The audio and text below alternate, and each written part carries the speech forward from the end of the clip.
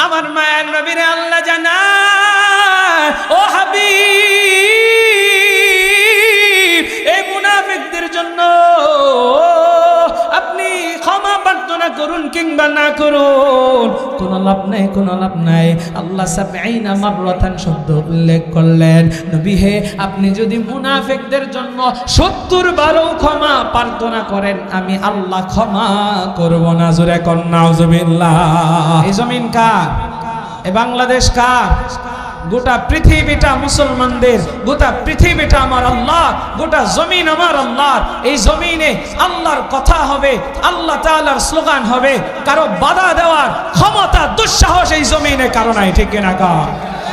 الصين لنا والعرب لنا والهند لنا والكل لنا الصين لنا والعرب لنا والهند لنا والكل لنا أضحى الإسلام لنا دينا وجميع الكون لنا وطنا أضحى الإسلام لنا دينا وجميع الكون لنا وطنا توحيد الله لنا نور توحيد الله لنا نور أعتدنا روح له سكنا الصين لنا والعرب لنا والهند لنا والكل لنا الصين لنا والعرب لنا والهند لنا والكل لنا أضحى الإسلام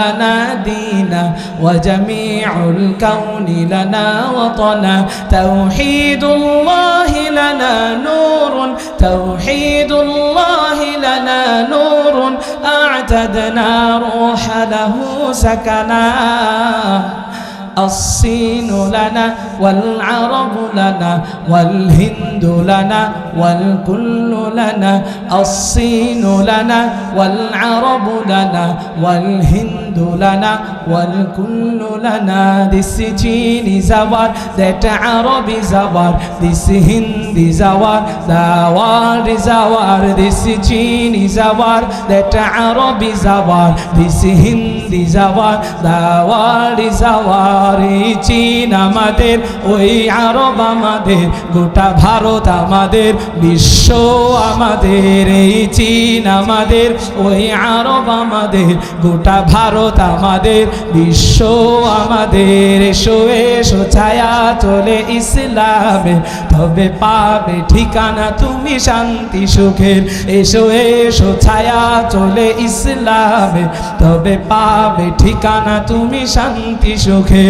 দ্বিধা সংশয় নয়, সত্যের হবে জয়। দ্বিধা সংশয় নয়, সত্যের হবে জয়। সব বাধা ঝেড়ে ফেলে আগে বাড়ো না। الصين لنا والعرب لنا والهند لنا والكل لنا الصين لنا والعرب لنا والهند لنا والكل لنا أضحى الإسلام لنا دينا وجميع الكون لنا وطنا توحيد الله لنا نور توحيد الله لنا نور أعتدنا روح له سكنا الصين لنا والعرب لنا والهند لنا والكل لنا الصين لنا والعرب لنا والهند لنا والكل لنا الصين لنا والعرب لنا والهند لنا والكل لنا আল্লাহ তাআলা কোরআনে হাকিমের ভিতরে জানায় দেয়, ফি কুলুবিহিম মারাদুন ফাযাদাহুমুল্লাহু মারাদা। আল্লাহ তাআলা জানায় দেয় মানুষের কলবের ভিতরে একটা রোগ হয়। ও আমার আব্বাজান, ও আমার আম্মা আম্মা জান, যারা পর্দার অন্তরালে রয়েছেন, আমি শুধুমাত্র বাবা ভাইদের জন্য বয়ান করছি না, প্রত্যেকটা মানুষের জন্য বয়ান করতেছি। ও মা, ও আমার বোনেরা, আপনারাও একটু মনোযোগ দিয়ে শোনেন। আল্লাহ তাআলা মানুষের কলবের ভিতরে একটা রোগ দেয়, মুফাসসিরিন কেরামগণ বলেন সেই রোগের নাম হচ্ছে নেফাক। আরে জয়না বাজারের মুসলমান, এবার আমি আপনাদেরকে একটু জিজ্ঞাসা করতে চাই, আল্লাহ কলবের ভিতরে যে রোগটা দেয়, জোরে আওয়াজ দিয়ে বলবেন রোগের নাম কি? এই তো দেখেন, আমার আলোচনার সিস্টেমটাই হলো আমি বলবো আবার জিজ্ঞাসা করব, যদি আপনারা বলতে পারেন তাইলে আপনারা ভালো ছাত্র, আর যদি না বলতে পারেন ফাঁকিবাজি করতেছেন। বৈশা বৈশা মনোযোগ আছে বউয়ের কাছে, যুবকদের মনোযোগ আছে সেই ভালোবাসার মানুষের কাছে। আরে আমার আম্মা জান, ও যুবক ভাই, একটু মনোযোগ দিয়ে শুনেন। আল্লাহ বলেন ফি কুলুবিহিম মারাদ, মানুষের কলবের ভিতরে একটা রোগ হয়। মুফাসসিরিন কেরামগণ বলেন সেই রোগের নাম হচ্ছে নেফাক। ও দুনিয়ার মানুষ রে, যার দিলের ভিতরে এই নেফাক নামক রোগ আছে, ওই মানুষটাকে বলা হয় মুনাফিক। ও আব্বা জান, ও যুবক ভাই, এবার একটু মনোযোগ দিয়ে শুনবেন। আপনি আমি যদি ডাক্তারের কাছে যাই, ডাক্তার বলে রোগে আসছে, অথচ আপনার আমার রোগের একটা নাম আছে। এবার ডাক্তার জিজ্ঞাসা করে রোগের নামটা কি? বলে আমার জ্বর এসেছে। ও দুনিয়ার মানুষ, ঠিক তেমনি ভাবে কলবে যে রোগ আছে, এই রোগের নাম হচ্ছে নেফাক। আর যার কলবে নেফাক নামক রোগ আছে তারে বলা হয় মুনাফিক। আরে আমার আম্মা জান, আপনার আমার জ্বর ঠান্ডা বিভিন্ন শারীরিক রোগ হইলে ডাক্তার যেমন চিকিৎসা করে, কলবের ভিতরে যে রোগটা আছে এই রোগেরও চিকিৎসার দরকার আছে না নাই? আপনাদের আওয়াজে কই চিকিৎসার দরকার নাই, আছে না নাই? বলে এই চিকিৎসা কেমনে করব? এই চিকিৎসাও ডাক্তাররা করবে। বলে কোন ডাক্তার? কোরআনের ডাক্তার, ওয়ারাসাতুল আম্বিয়া উলামায়ে কেরামগণ আপনাকে আমাকে এই কোরআন থেকে আপনার আমার এই নেফাক নামক রোগের চিকিৎসা দিবে। জোরে কোন আল্লাহু আকবার। আরে আমার আব্বা জান, উলামায়ে কেরামদেরকে অনেকে চিকিৎসক বলতে চায় না। না না না, আমার আল্লাহ কোরআনটাকে নাজিলিত করেছেন ঔষধ স্বরূপ হিসাবে। আল্লাহ কোরআনে হাকিমের ভিতরে জানায়, ওয়া নুনাজ্জিলু মিনাল কুরআনি মা হুয়া শিফাউ ওয়া রাহমাতুল লিল মুমিনিন।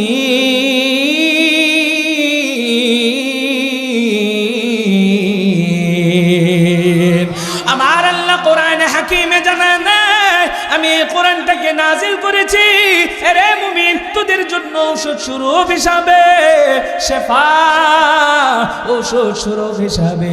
আর মুমিনদের জন্য এই কোরআনটা হচ্ছে রহমত। ও দুনিয়ার মানুষ, এবার একটু জবাব দেয়া জানাইবেন, আমাদের এই কোরআন থেকে চিকিৎসা নেওয়ার দরকার আছে না নাই? আপনাদেরকে বুঝাইলাম কলবে যে রোগ হয়, রোগের নাম নেফাক। আর যার নেফাক নামক রোগ আছে, চিল্লায় বলবেন তারে কি বলা হয়? আরো জোরে কান। আচ্ছা, এখন আমরা বুঝবো এই মুনাফিক কাদের ভিতরে হয়। খুব মনোযোগ দিবেন, গভীর মনোযোগ। আব্বাজান, ও যুবক ভাই, মুনাফিক কোন চতুষ্পদ জন্তুর ভিতরে হয় না। যেমন চতুষ্পদ জন্তু গরু, ছাগল, ভেড়া, দুম্বা, বাঘ, ভাল্লুক, আরো বিভিন্ন চতুষ্পদ জন্তু, এদের ভিতরে মুনাফিক হয় না। মুনাফিক হয় মানুষের ভিতরে। এখন আমাদের জানতে হবে কোন মানুষ। মানুষের ভিতরে বিভিন্ন ধর্মের মানুষ আছে, বিভিন্ন ধর্মাবলম্বীর ব্যাপারে আলোচনা নাই। ওরা তো ডাইরেক্ট বিধর্মী, কাফের, বেঈমান, মুশরিক বাদ। তাইলে রয়ে গেল মুসলমান। মুনাফিক হয় মুসলমানের ভিতরে। ও দুনিয়ার মানুষ, তাহলে এবার একটু জবাব দিবেন, আপনি আমি এখানে যারা বসে আছি, আমরা কি বেঈমান না মুসলমান? মুসলমান। তাহলে এই মুসলমানদের ভিতরে মুনাফিকটা থাকে বা মুনাফিকে আছে। এখন আমাদের জানার দরকার কার ভিতরে মুনাফিকে আছে। মুনাফিকের বিষয়টা যদি আমি জানি, তাইলে আমি নিজেকে সংশোধন করার জন্য সুবিধা হবে। সম্মানিত হাজিরিন, তাহলে মানুষের ভিতরে মুনাফিক হয়। এবার আসেন, আমরা মুনাফিকের আলামত সম্পর্কে জানার আগে মুনাফিকের ভয়াবহতা সম্পর্কে জানি। যদি মুনাফিকের ভয়াবহতা সম্পর্কে জানি, তাইলে তখন আগ্রহ সৃষ্টি হবে, হাই হাই এত কঠিন ভয়ঙ্কর শাস্তি মুনাফেকের হবে, এত কঠিন ভয়ঙ্কর মুনাফেক, আল্লাহ যাকে পছন্দ করে না, নবীও যারে পছন্দ করে না, তাইলে তখন আমার আপনার ভিতরে একটা স্পৃহা জাগবে, হাই হাই তাড়াতাড়ি হুজুর আলামতগুলো বলেন, এই আলামতগুলো জানতে চাই, আমি না জানি মুনাফেক হয়ে বসে আছি, আমার খবর নাই। তাইলে আমাদের এই সম্পর্কে যাই না, নিজেকে আবার পাকাপোক্ত ইমানদার হিসাবে আল্লাহর কাছে সাব্যস্ত করার দরকার আছে না নাই? সেই জন্য আমরা এখন জানবো মুনাফেক কেমন ভয়ঙ্কর। নবী বলেন আল মুনাফিকুনা আশাদ্দু খাত্তা মিনাল কাফিরিন, মুনাফিক কাফেরের চাইতেও ভয়ঙ্কর। জোরে কোন নাউযুবিল্লাহ। মুনাফিক ঘরের শত্রু, কাফের বাহিরের শত্রু। এবার আপনারাই জবাব দেবেন, শত্রু ঘরেরটা বেশি শক্তিশালী না বাহিরেরটা? জোরে কোন। এই তো মাশাআল্লাহ বুঝতেছেন, বাহিরের শত্রুর চাইতে ঘরের শত্রু হচ্ছে মারাত্মক এবং ভয়ঙ্কর। বাহিরের শত্রু ভয়ে আপনি লুকায় থাকতে পারবেন ঘরে, কিন্তু আপনার শত্রু যদি ঘরের ভিতরেই থাকে, সেই ঘরের শত্রু আপনাকে ঘরের ভিতরে ঘুমন্ত অবস্থায় জবাই করে ফেলতে পারে, ঠিক কিনা কম? ঘরের শত্রু বড় মারাত্মক। নবী এই জন্য বলেন যে কাফেররা আমার যতটুকু না ক্ষতি করছে, আমার এই ঘরের শত্রু মুনাফিকরা আমার ততটুকু তার চাইতে বেশি ক্ষতি করেছে। ইসলামের কাফেররা যতটুকু না ক্ষতি করেছে, মুনাফিকরা ইসলামের ক্ষতি তার চাইতে বেশি করেছে। ও দুনিয়ার মানুষ, কাফের বাহিরের শত্রু, মুনাফিক ভিতরের শত্রু। আমাদের এই দেশের ভিতরেও 95% মুসলমান থাকার পরেও ইসলামিক শাসন ব্যবস্থা চালু হয় না, কোরআনের আইন চালু হয় না। কারণটা কি জানেন? কারণ হচ্ছে 95% মুসলমান এই দেশের ভিতরে নাই, ঘরের কোনায় কোনায় মুনাফিক রয়েছে। আর এই মুনাফিকদের কারণেই ইসলামকে এই দেশের ভিতরে প্রতিষ্ঠিত করা এখনো পর্যন্ত সম্ভব হয় না। এই মুনাফিক ভবিষ্যতেও যতদিন থাকবে, ইসলামকে কোনোদিন আপনি আমি বিজয়ী করতে পারবো না। এজন্য মুনাফিকদের চিহ্নিত করতে হবে। মুনাফিকই যদি আমরা চিহ্নিত করতে পারি, তাহলেই আমরা তাদেরকে চিনে ফেলবো। এগুলো আস্তে আস্তে সামনে আসবে। সম্মানিত হাজিরিন, এই জন্য নবী বলেন মুনাফিকের শাস্তিটাও হবে ভয়ঙ্কর। কেমন ভয়ঙ্কর? আল্লাহর কোরআন বলে ইন্নাল মুনাফিকিনা ফিদ দারকিল আসফালি মিনান নার। আরে জয়না বাজারের মুসলমান, গভীর মনোযোগ। মুনাফিক এত ভয়ঙ্কর, এত ভয়ঙ্কর, নবী আমার জানায় আল মুনাফিকুনা আশাদ্দু খাত্তা মিনাল কাফিরিন। মুনাফিক কাফেরের চাইতেও ভয়ঙ্কর। ইসলামের চরম পর্যায়ের ক্ষতি মুনাফিকরা করেছে। এই জন্য আল্লাহ বলেন ইন্নাল মুনাফিকিনা ফিদ দারকিল আসফালি মিনান নার, নিশ্চয় মুনাফিকদেরকে আমি আল্লাহ জাহান্নামের সর্বনিম্ন স্তরে রাখবো। আরে দুনিয়ার মানুষরা, সর্বনিম্ন স্তরে রাখার মানে কি?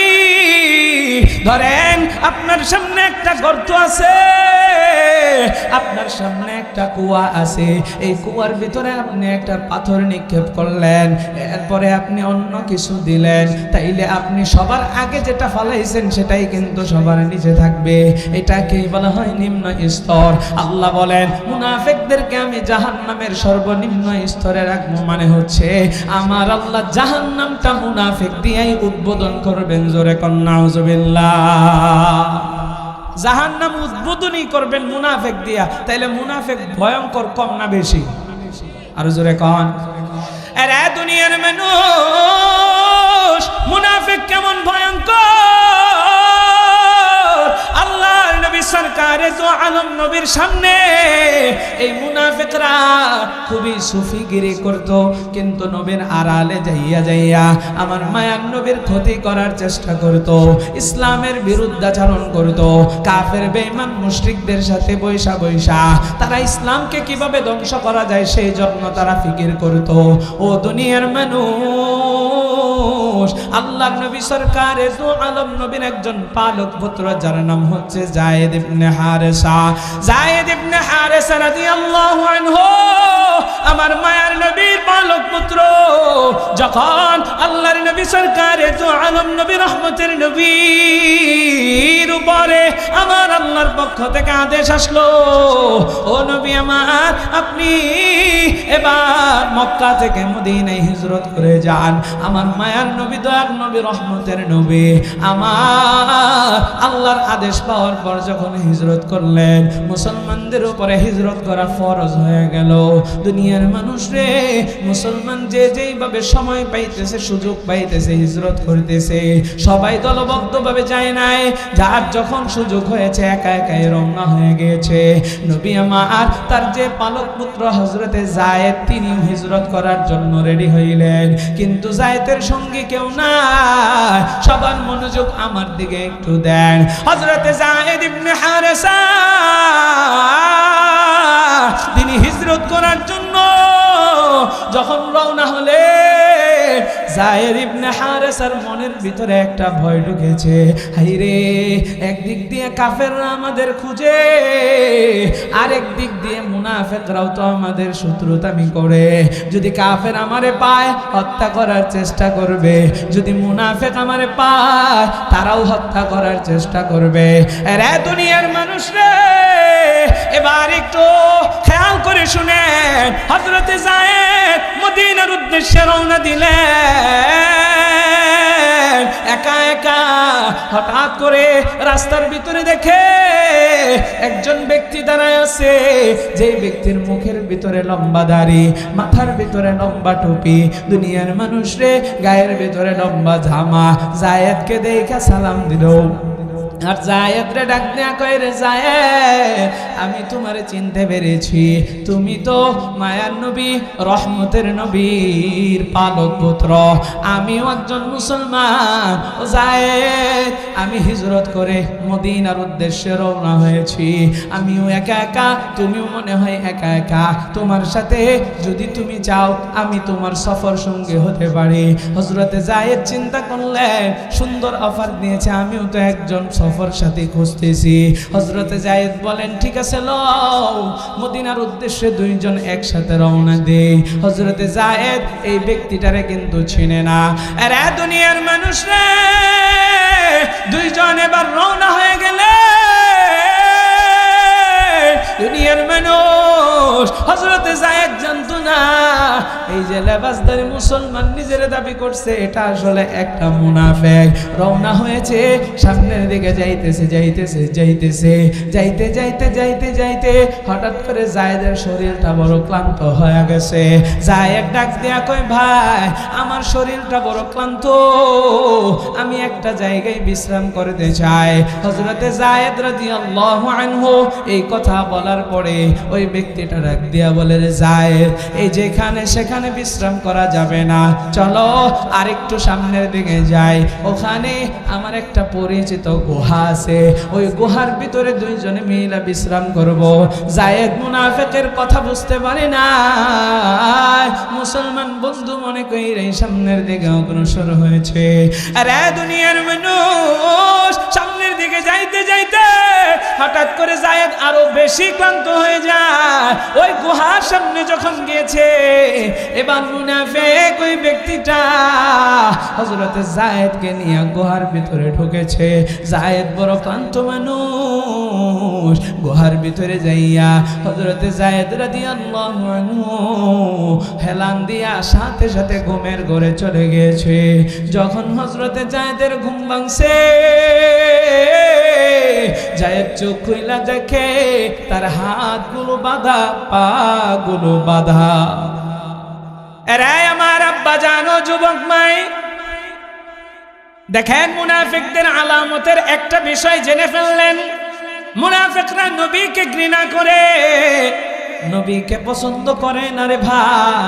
ও দুনিয়ার মানুষ রে, এই মুনাফিক আল্লাহর নবীকে ঘৃণা করে, আর নবী এই যায়েদকে ভালোবাসে, এই জন্য যায়েদকে সুযোগে হত্যা করতেছে। দুনিয়ার মানুষ এবার মুনাফিক এই কথা বলিয়া যায়েদের গলার ভিতরে তরবারি ধইরা আবার চালায়া দিবে। যায়েদ নিরুপায় হইয়া আমার আল্লাহরে ভুলে নাই, আল্লাহর একটা পবিত্র নাম দইরা সাহায্য চাইছে। এই জন্যই তো মুহাদ্দিসগণ বলেন, এই নামটা দইরা যদি কেউ বিপদের ভিতরে আল্লাহরে ডাক দেয়, আমার আল্লাহ সাথে সাথে বান্দার ডাকে সাড়া দিয়া দেয়। জোরে কোন সুবহানাল্লাহ। হযরতে যায়েদ বিপদের ভিতরে পইরা আল্লাহরে ডাক দিয়া বলে, আগিসনি ইয়া রহমান।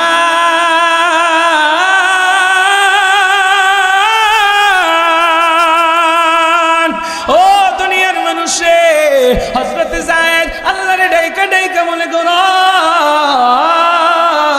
আপনি আমারে দয়া করে, আপনি আমারে আজকের এই কাতিল থেকে আমাকে বাঁচান, আপনি আমারে সাহায্য করেন গরব। আদিসনি ইয়া রহমান, ও আল্লাহ আপনি আমারে সাহায্য করেন, আপনি আমারে সাহায্যকারী ছাড়া আর কোনো সাহায্যকারী এখানে নাই, আপনি যদি সাহায্য না করেন আমার তো এখানে কেউ নাই গরব। আল্লাহকে আদিসনি ইয়া রহমান বইলা ডাক দিতে দেরি হয়, এমন সময় এক বিকট আওয়াজ, বিকট আওয়াজ, বিকট আওয়াজ। কি সেই আওয়াজ? বলে, লা তাকতুলহু, সাবধান তাকে হত্যা করিও না। জোরে কোন আল্লাহু আকবার। এমন এক বিকট আওয়াজ, এই আওয়াজ শুই না মুনাফিকের হাত থরথর করে কাঁপে। মুনাফিক ডানে তাকায়, বামে তাকায়, পিছনে তাকায়, দেখে কেউ নাই, কেউ নাই। মুনাফিক রাগান্বিত হয়ে যায়, কে আমারে ধমক দেয়। মুনাফিক মনে করে হয়তোবা শব্দটা ভুল কিছু শুনেছে, দ্বিতীয়বারের মতো আবার যায়েদের গলায় ছুরিটারে চালায় দিতে চায়। যায়েদ আবারও বলে, আগিসনি ইয়া রহমান। এবার আবারও বিকট আওয়াজ, সাবধান, লা তাকতুলহু, তাকে হত্যা করিস না। মুনাফিক এবার আবারও ডাইনে বামে তাকাইয়া, পিছনে তাকাইয়া দেখে কেউ নাই। এবার মুনাফিক তাড়াহুড়া করতেছে, তৃতীয়বারের মতো মুনাফিক আবার যায়েদকে হত্যা করার জন্য তরবারিটা চালাইবে। আবারও যায়েদ আগিসনি ইয়া রহমান বইলা আল্লাহরে ডাক দিছে। আবারও সেই বিকট আওয়াজ, গত দুইবারের চাইতে তৃতীয়বার আরো বেশি শব্দ, লা তাকতুলহু, তাকে হত্যা করিস না, সাবধান। জোরে কোন আল্লাহু আকবার। ও চাইনা বাজারের মুসলমান, এবার মুনাফিক ডানে বামে তাকাইয়া দেখে কেউ নাই, পিছনেও তাকাইয়া দেখে কেউ নাই, কিন্তু মুনাফিক সে বাহিরে দেখার জন্য তাড়াতাড়ি গেছে, কে আমাকে ধমক দেয়, কার এত বড় সাহস, দেখার জন্য যখন গুহার বাহিরে গেছে, এমন সময় এমন জোরে এক বিকট আওয়াজ এসেছে ভিতরে। ও দুনিয়ার মানুষ, হযরতে যায়েদ তাড়াতাড়ি হাতের বাঁধনটা খুলে ফেলছে দাঁত দিয়া, এরপরে পায়ের বাঁধন খুইলা এবার হযরতে যায়েদও বাহিরে গেছে। যায় দেখে একজন ব্যক্তি ঘোড়ার উপরে বসা অবস্থায়, যার মাথার ভিতরে সবুজ পাগড়ি আর গায়ের ভিতরে সাদা জামা, হাতের ভিতরে একটা তরবারি। এই তরবারি থেকে টপ টপ করে তরতাজা রক্ত ঝরতেছে। হযরতে যায়েদ বড় বড় চক্ষু কইরা তাকায় তাকায় দেখে যে এক সাইডে ওই মুনাফিকের কল্লা পড়ে আছে, আর এক সাইডে বডি পড়ে আছে। জোরে কন্না আল্লাহু আকবার। আরে হয় নাই, আরো জোরে কন্না আল্লাহু আকবার। এ চাইনা বাজারের মুসলমান, এবার হযরতে যায়েদ ওই ব্যক্তির চেহারার দিকে তাকায়, ব্যক্তিটা মুস্কি মুস্কি হাসে। আর হযরতে যায়েদ প্রশ্ন করে, মান আনতা, তুমি কে? মান আনতা, তুমি কে? যায়েদ প্রশ্ন করে, ওই ব্যক্তি মুচকি মুচকি হাসে আর বলে, ইয়া যায়েদ আনা মালাইকা, আনা জিবরাইল। ও যায়েদ, আমি হচ্ছি ফেরেশতা, আমি হচ্ছি হযরতে জিবরাইল। জোরে কোন আল্লাহু আকবার। হযরতে জিবরাইল ডাক দিয়া কইরে, যায়েদ তুমি যখন এই গুহাতে আল্লাহকে বলো না, আল্লাহর কাছে আগিসনি ইয়া রহমান বইলা একবার সহযোগিতা চাইছো, আল্লাহকে ডাকছো। আমি ওই সিদরাতুল মুনতাহার ভিতরে বইসা একটা ধমক দিছি, লা তাকতুলহু, তাকে হত্যা করিস না।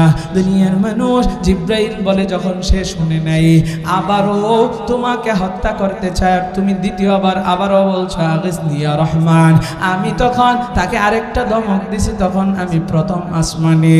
দুনিয়ার মানুষ রে, এবার হযরত জিব্রাইল বলে যখন তৃতীয়বারের মতো তোমাকে সে হত্যা করতেছে, তোমার গলার ভিতরে তরবারি ধরে তুমি আবার তৃতীয়বারের মতো আগিসনি ইয়া রহমান বইলা ডাকছো, তখন আমি এই গুহার মুখের ভিতরে আয়েশা ধমক দিছি, লা তাকতুলহু, তারে হত্যা করিস না।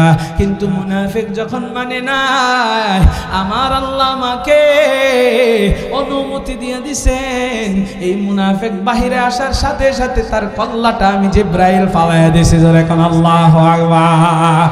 আরে দুনিয়ার মানুষ রে, এই কথাগুলো বলার উদ্দেশ্য মুনাফিক কতটা ভয়ঙ্কর। এই মুনাফিক আল্লাহকে রাসূলকে ভালোবাসতো না, আল্লাহর বিরুদ্ধাচরণ করত, নবীজির বিরুদ্ধাচরণ করত, আমার মায়ার নবীরে নিয়া তারা কটূক্তি করত, ইসলামকে কিভাবে ধ্বংস করা যায় সেই জন্য তারা ফিকির করত, গোপনে গোপনে কাফের বেঈমান মুশরিকদের সাথে আতাত করত। মুনাফিকের সর্দারই ছিল যার নাম আব্দুল্লাহ ইবনে উবাই ইবনে সুলুল। ও দুনিয়ার মানুষ, আমি আপনাদেরকে মুনাফিকের ভয়াবহতা সম্পর্কে জানাই দিছি, এরপরে মুনাফিকের আলামত আমি আপনাদেরকে জানাইব। আরে আমার আব্বা জান আব্দুল্লাহ ইবনে উবাই ইবনে সুলুল মুনাফিকের সর্দার, আমার মায়ার নবীর সামনে দাঁড়াইয়া দাঁড়াইয়া সুফিগিরি করত নবীর সামনে।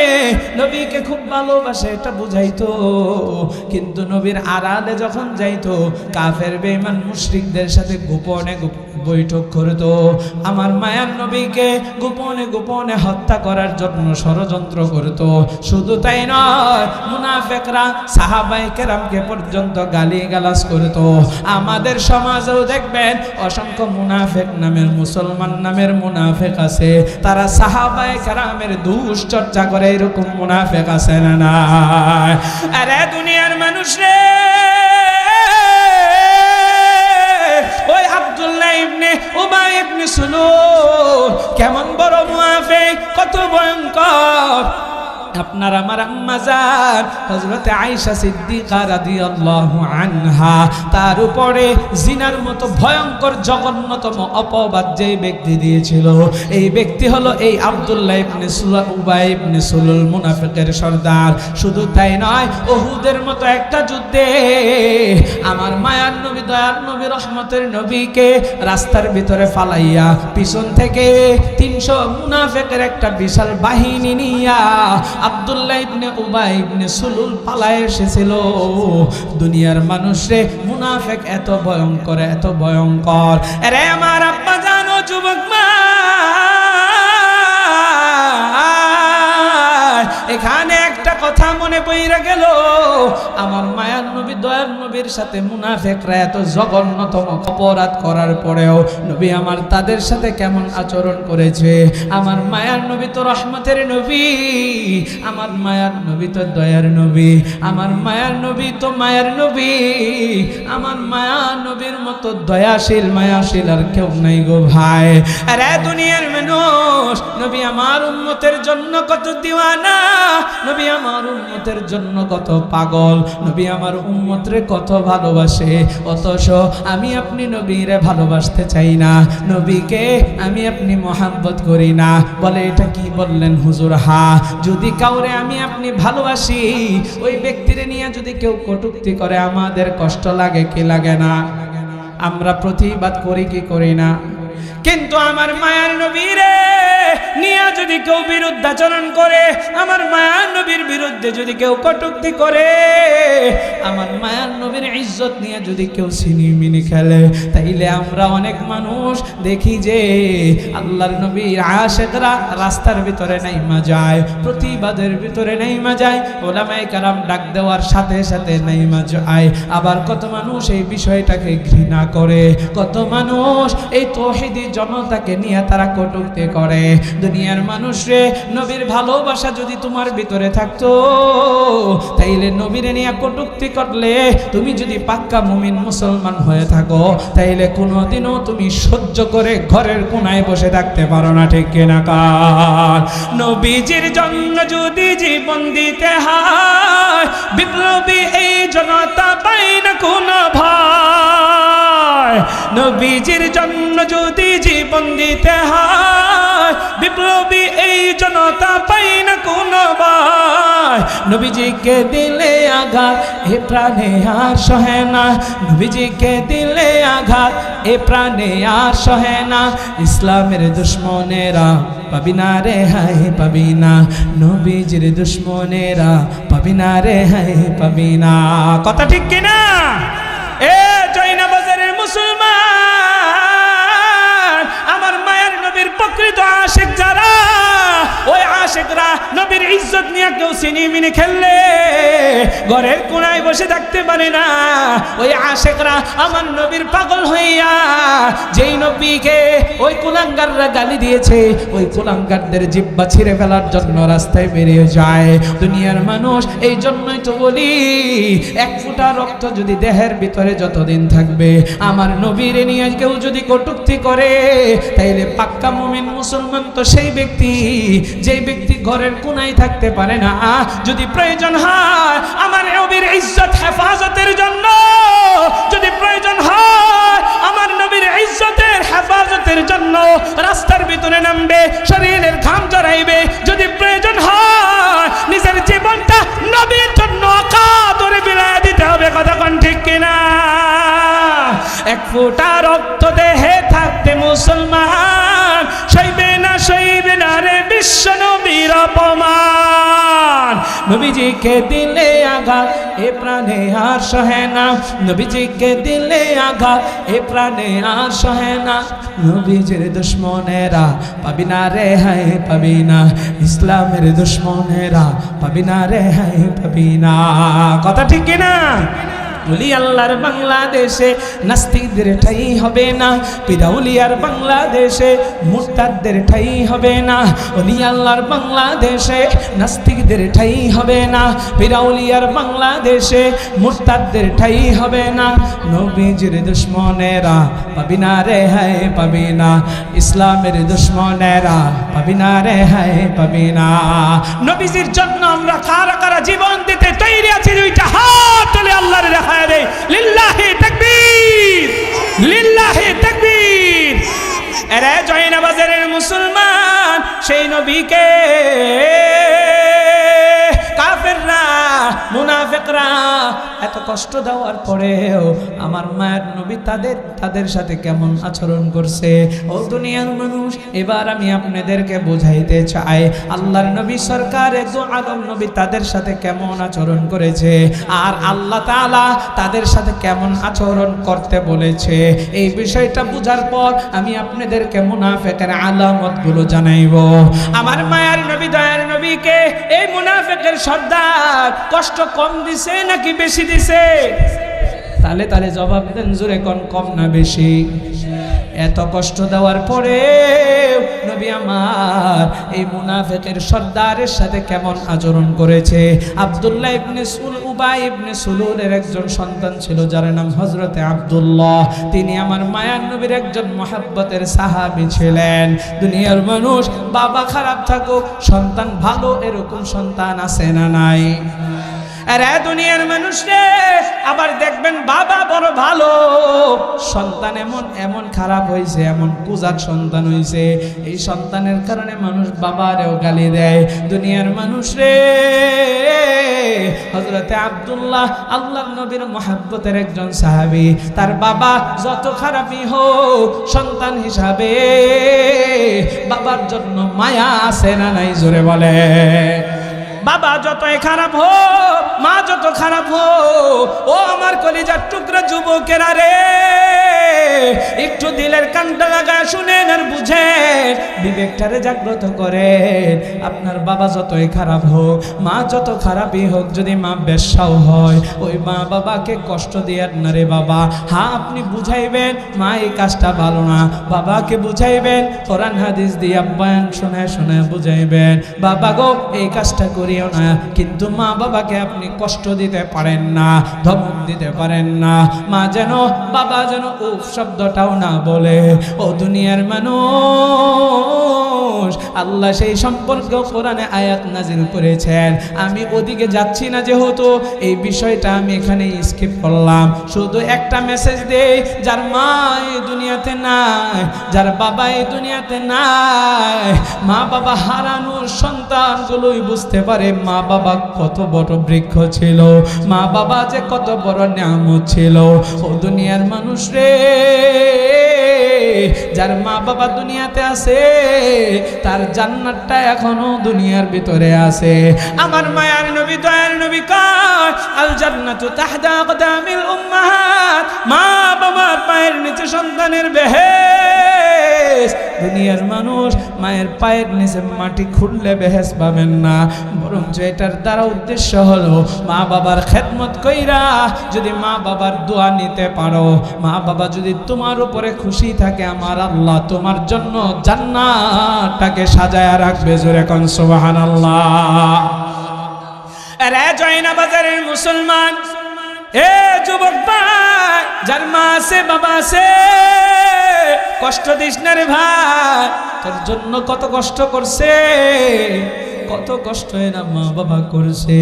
আমার মায়ার নবী, দয়ার নবী, রহমতের নবী, তিনিও তো একজন এতিম ছিলেন। এই জন্য নবী বুঝেন এতিমের যন্ত্রণা যে কত মারাত্মক। ও দুনিয়ার মানুষ, বাবা আজকে আপনার খবর নেয়, মা আপনার খবর নেয়, তারা না থাকলে আপনার খবর কিন্তু কেউ নেই না রে ভাই। এই জন্য যারা মা বাবা হারা এখানে আছে, মা বাবার জন্য বেশি বেশি দোয়া করেন, মা বাবার জন্য বেশি বেশি করে দান সদকা করেন, মা বাবার জন্য আল্লাহর কাছে চোখের পানি ঝরাইয়া কান্না করেন, কোরআন তিলাওয়াত কইরা তাদের জন্য সবগুলো হাদিয়া হিসাবে পাঠান। আর এই দুনিয়ার মানুষ রে, ওই মা বাবা কবরের ভিতরে থাইকা আপনার আমার দিকে তাকায় আছে, দেখে আমার সন্তানটা আমার সম্পদগুলো বুক কইরা আমার জন্য আল্লাহ রাস্তায় কিছু খরচ করে কিনা। ও দুনিয়ার মানুষ, ওই মা বাবাকে ভুইলা যায় না। যদি আপনি মা বাবার সম্পদ খাইয়া ওই মা বাবার জন্য আল্লাহর পথে খরচ না করেন, আপনার সন্তানও আপনার সম্পদ খাবে, আপনার নামে কিন্তু মাদ্রাসা মসজিদে কোনো জায়গায় একটু দান সদকা করবে না। আরে আমার আব্বা জান, এই জন্য মা বাবার জন্য আল্লাহর রাস্তায় খরচ করবেন, মা বাবার জন্য দোয়া করবেন, মা বাবার কবরে যাইয়া মা বাবার জন্য জিয়ারত করবেন। যারা মা বাবার সাথে বেয়াদবি করেছেন, আজ মা বাবা দুনিয়াতে নাই, তারা মা বাবার কবরে যাইয়া সূরা কিরাত করে জিয়ারত করে করে মায়ের জন্য আল্লাহর কাছে ক্ষমা চাইবে। আর সেখানে যাইয়া বললেন, মা ও বাবা, আমি তোমার সাথে বেয়াদবি করেছিলাম, মাফ করে দাও। মা বাবার সাথে কবরের সামনে দাঁড়াইয়া দাঁড়াইয়া কথা বলবেন। আল্লাহ চাহে তো আপনার মা বাবা কবরের ভিতরে শুনতেও পারে। আর দুনিয়ার মানুষ রে, যেই কথাটা আমি বলছিলাম, হযরতে আব্দুল্লাহ রাদিয়াল্লাহু আনহুর বাবা উবাই ইবনে সুলুক, ওই ব্যক্তিটা মুনাফিকের সর্দার হওয়ার পর, নবীকে কষ্ট দেওয়ার পর, যখন মৃত্যু শয্যায় শায়িত অবস্থায়, এমন সময় মুখ দিয়ে কালিমা আসছে না, আব্দুল্লাহ দৌড়ায় আসছে নবীর কাছে, নবীকে ডাক দেয়া কয়, নবী গো, আমি আপনার কাছে এসেছি, আমার বাবা আপনারে জানি কষ্ট দিয়েছে, কিন্তু আমি আসছি, আমার বাবার মুখ দিয়ে কালিমা বের হইতেছে না। আমার বাবা যত খারাপই হোক, আমি তো চাই না আমার বাবা জাহান্নামের ভিতরে যাক। ও নবী, আপনি এমন একটা কিছু দেন, যেটা দিলে আমার বাবাকে যদি আমি পান করাই বা খাওয়াই, তাইলে আমার বাবার জবান দিয়া যেন কালিমাটা বের হয়। এরা দুনিয়ার মানুষ, আমার মায়ার নবী কেমন দয়াশীল, আমার মায়ার নবী কেমন মায়াশীল। নবী আমার হযরতে আব্দুল্লাহকে বলে, রে আব্দুল্লাহ অসুবিধা নাই, আমি তোমারে অবশ্যই এমন একটা জিনিস দেব, তোমার বাবার যদি পান করাও বা ঠোঁটের ভিতরে লাগায়া দাও, তার জবান দিয়া কালিমা বের হয়ে যাবে। হযরতে আব্দুল্লাহ রাদিয়াল্লাহু আনহুকে আমার মায়া নবী একটা কৌটার ভিতরে আল্লাহর নবীর লালা মোবারক দিলেন, দিয়া বললেন যাও তোমার বাবার মুখের ভিতরে দিয়া দাও, তাইলে কালিমা বের হতে পারে। আব্দুল্লাহ যায়া ওই মুনাফিকের সর্দার আব্দুল্লাহ রাদিয়াল্লাহু আনহু ছেলে যায়া বাবার কাছে বললেন, বাবা এই ডিব্বা থেকে পানিটা তুমি পান করো। তার বাবা বলে, রে আব্দুল্লাহ এই ডিব্বার ভিতরে কি আছে? বলে, নবী আমার তার মুখের পবিত্র লালা মোবারকটা দিয়েছে।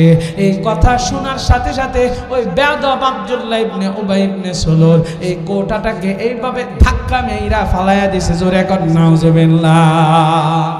বেয়াদব না, এটা ফালায়া দিছে।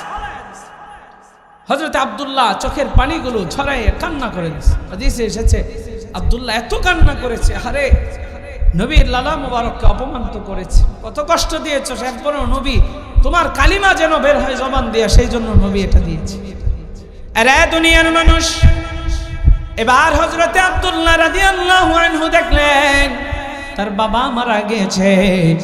দুনিয়ার মানুষ সংক্ষেপ করে দিয়ে সামনের দিকে যাচ্ছে। বাবা চলে যাওয়ার পর আল্লাহর নবীর কাছে দৌড়ায় গেলেন, নবী আমার বাবা মারা গেছে, মুখ দিয়া কালেমা বের হয় নাই, আমার বাবা তো জাহান্নামী হয়ে যাবে।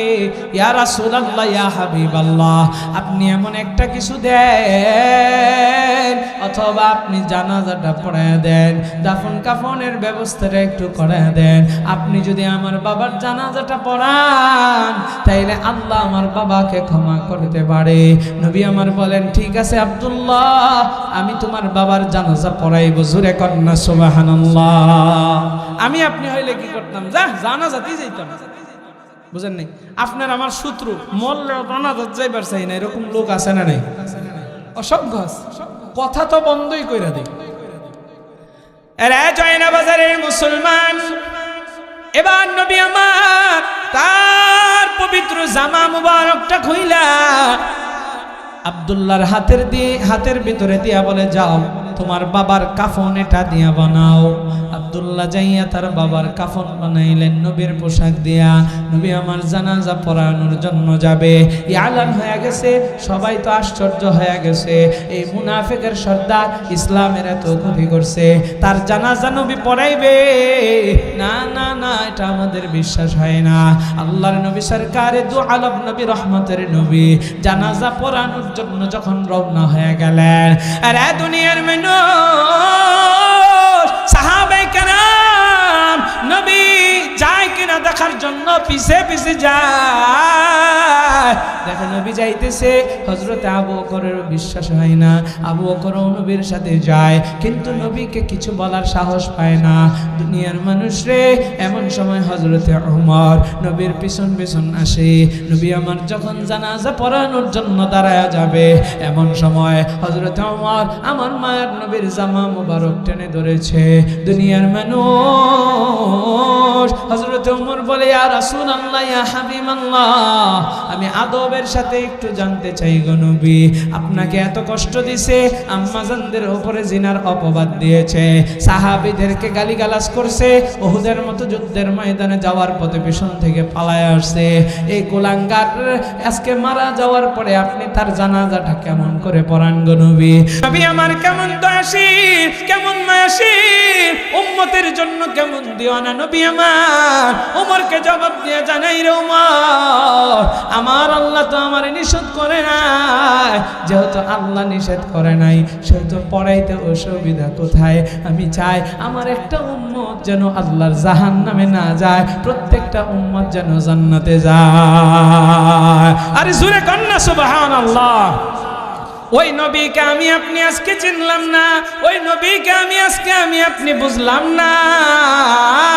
নবী আমার রহমত দুনিয়ার মানুষ রে, এই জন্যই তো আমরা সুরে সুরে বলি রহমাতুল লিল আলামিন নবী, রহমাতুল লিল আলামিন নবী, কোরআনে প্রমাণ উম্মত বিনে কে বুঝিবে আমার দয়ার নবীর শান, আশিক বিনে কে বুঝিবে আমার মায়ার নবীর শান।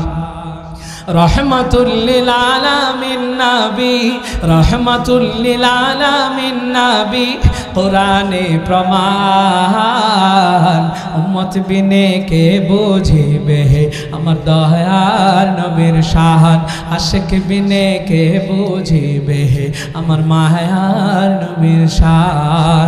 নবী আমার ওই মদিনার বুলবুল,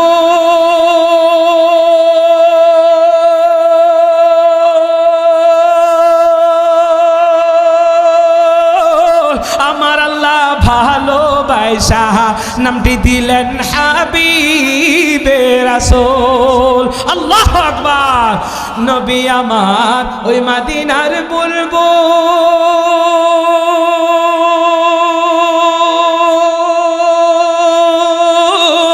আমার আল্লাহ প্রেম করিয়া নামটি দিলেন হাবিবে রাসূল। ওই নবীকে না মানিলে, ওই নবীকে ভুল বুঝিলে, ওই নবীকে না মানিলে থাকবে না ঈমান। উম্মত বিনে কে বুঝিবে আমার দয়ার নবীর শান, আশিক বিনে কে বুঝিবে আমার মায়ার নবীর শান। রহমাতুল লিল আলামিন নবী, রহমাতুল লিল আলামিন নবী, কোরআনে প্রমাণ, উম্মত বিনে কে বুঝিবে আমার দয়ার নবীর শান, আশিক বিনে কে বুঝিবে আমার মায়ার নবীর শান।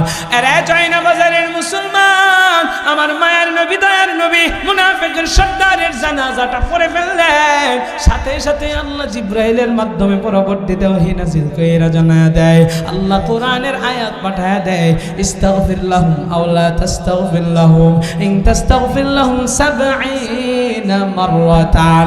আমার মায়ের নবীরে আল্লাহ জানায়, ও হাবিব, এই মুনাফিকদের জন্য আপনি ক্ষমা প্রার্থনা করুন কিংবা না করুন, কোনো লাভ নাই, কোনো লাভ নাই। আল্লাহ ৭০ মাররাতান শব্দ উল্লেখ করলেন। নবী হে, আপনি যদি মুনাফিকদের জন্য ৭০ বারও ক্ষমা প্রার্থনা করেন, আমি আল্লাহ ক্ষমা করব না। জোরে কোন নাউজুবিল্লাহ। এবার এতক্ষণের আলোচনায় আমি আপনাদেরকে যাই কিছু বুঝাইলাম, জবাব দিয়া জানাইবেন মুনাফিক ভয়ঙ্কর নাকি ভয়ঙ্কর না? মুনাফিকের আযাব কম না বেশি? আর জোরে বলতে হবে, কম না বেশি? তাইলে এই মুনাফিকদের আলামতগুলো আমাদের জানার দরকার আছে না নেই? এতক্ষণের আলোচনা শুনলাম, এখন যদি মুনাফিকের আলামতই না জানি, তাইলে এই আলোচনার সাইরানারও মূল্য। আরো জোরে কোন। সর্বপ্রথম বুঝাইলাম আপনাদেরকে মুনাফিক কারে কয়। কলবে রোগ হইলে মুনাফিক হয়। এই রোগের চিকিৎসা না করলে আল্লাহ বলেন ফাজাদাহুমুল্লাহু মারাদা, এই রোগটা তার বাড়তেই থাকে। দুনিয়ার মানুষ। এরপরে বুঝাইলাম মুনাফিকের ভয়াবহতা, এরপরে বুঝাইলাম মুনাফিকের কঠিন শাস্তির কথা, এরপরে বুঝাইলাম মুনাফিকের জন্য যদি নবীও দোয়া করেন আল্লাহ কবুল করবে না। এবার আমি আপনাদেরকে মুনাফিকের আলামতগুলো জানাইতে চাই। এই আলামতগুলো আমাদের ভিতরেও বিদ্যমান আছে। শুনবেন আর আশ্চর্য হয়ে যাবে। এবার একটু আলামতগুলো শুনে নেন, সংক্ষেপে জানায় শেষ করব। মুনাফিক প্রথমত দুই প্রকার। এক নাম্বার বিশ্বাসগত মুনাফিক, দুই নাম্বার কর্মগত মুনাফিক। আরে দুনিয়ার মানুষ, বিশ্বাসগত মুনাফিক কাকে বলা হয়? যেই মুনাফিকের দ্বারা ইসলাম থেকে খারেজ হয়ে যায়। এই বিশ্বাসগত মুনাফিক আবার 6 প্রকার। দুনিয়ার মানুষ 6 প্রকারে আমি ঢুকবো না। আমার আব্বা জান যুবক ভাই, দ্বিতীয় নাম্বার মুনাফিক হলো কর্মগত মুনাফিক। এরা কর্মের ভিতরে কিছু মুনাফিকই প্রকাশ পায়।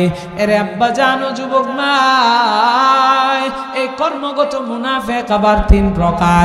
এই 3 প্রকার আপনাদেরকে আমি জানাইবো। 3 প্রকারের এক নাম্বার হচ্ছে যখন যখন একজন ব্যক্তি কথা বলে তখন মিথ্যা কথা বলে, এই মিথ্যাবাদীরা হচ্ছে মুনাফিক। এদেরকে আল্লাহ জাহান্নামের সর্বনিম্ন স্তরে রাখবে। জোরে কর নাউজুবিল্লাহ। আমাদের সমাজে মিথ্যাবাদী আছে না নাই? কথা কন নাকি, আছে না নাই?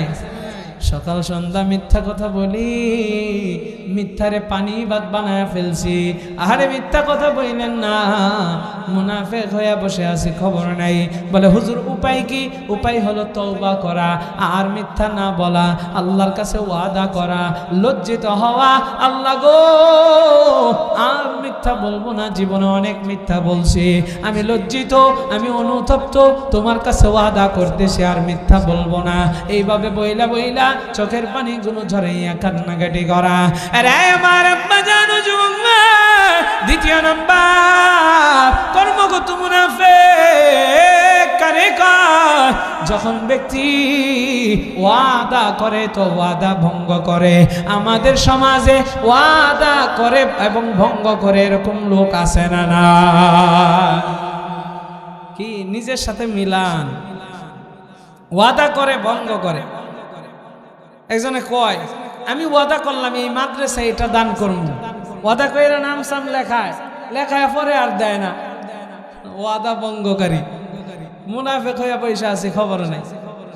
তাইলে আপনারা যারা নাম লেখাইছেন, এই যে ওয়াদা করলেন, এ ওয়াদা ভঙ্গ করবে না। অনেকের কাছে আপনি ওয়াদা করেছেন কিন্তু ওয়াদা ভঙ্গ করেছেন। একজনের কাছ থেকে ধার নিছেন, দোস্ত আল্লাহর কিরাকাই ঠেলাইছেন আর কি, দোস্ত আমি ওয়াদা করলাম তোরে 2 দিন পরে দিয়ে দিব। এই 2 দিন আর যায় না, 2 মাস হয়ে গেছে, 2 বছর হয়ে গেছে, এই 2 দিন আর আসে। এই জন্য তাহলে বলবেন ওয়াদা ভঙ্গ করবেন, জোরে কোন করবেন, মিথ্যা বলবেন। 3 নাম্বার আমানত। আমানত, যে ব্যক্তি আমানতের খেয়ানত করে সেই ব্যক্তি হচ্ছে মুনাফিক। আমরা আমানতের খেয়ানত করব না রে বাবা। আমানত, আজকে আপনার কাছে কেউ একজন টাকা রাখলো, আমানত হিসাবে রাখলো, আপনি টাকা খাইয়া লুটটা পুটটা শেষ করে ফেলাইছেন, আমানতের খেয়ানত করলেন। একজন কথার আমানত রাখলো, বলল ভাই এই কথাটা বললাম তুমি কাউরে বইল না, আমানত রেখেছে, আপনি কথার খেয়ানত করেছেন, কথার আমানতের খেয়ানত করেছেন। তবে আশরাফ আলী থানভী রহমতুল্লাহি আলাইহি বলেন এমন কোন কথা কাউকে বলবা না যেই কথাটা বলার পরে বলতে হয় এই কথাটা তুমি কাউরে বইল না। কারণ কি, এই কথা অবশ্যই সে আরেকজনের কাছে বলবে, তারেও বলবে তুমি এই কথাটা কারো কাছে বইল না। এইভাবে সবাই রে বইলে আপনার কথা ফাঁস কইরা দিবে। কথা কন না কেন, বুঝেন নাই? একজনরা কইছেন দোস্ত আমি তো এই কামটা করছি, তুই কাউরে কিন্তু কইস না। হ্যাঁ আরেকজনরা কই দোস্ত হে তো এই কামটা করছে, তুই কাউরে কইস না, এই সবাইরই কইস। এটিও আমানতের খেয়ানত। তবে কাউকে গোপন কথা কি না বলা, এই গোপন কথা দিয়ে আপনার একদিন সেই জবাই করবে। তাইলে আমি কি বললাম? কর্মগত মুনাফিক 3 প্রকার: মিথ্যা বলা, আমানতের খেয়ানত করা, ওয়াদা ভঙ্গ করা। আমরা এগুলো করব? আরো জোরে করেন করব? আল্লাহ কবুল করুক, মঞ্জুর করুক। যে কথাগুলো বললাম আমাদেরকে আমল করার তৌফিক দান করুক। সকলে পড়েন আমিন। তাইলে আমি আজকের মতো শেষ করলাম। ওয়া আখিরু দাওয়ানা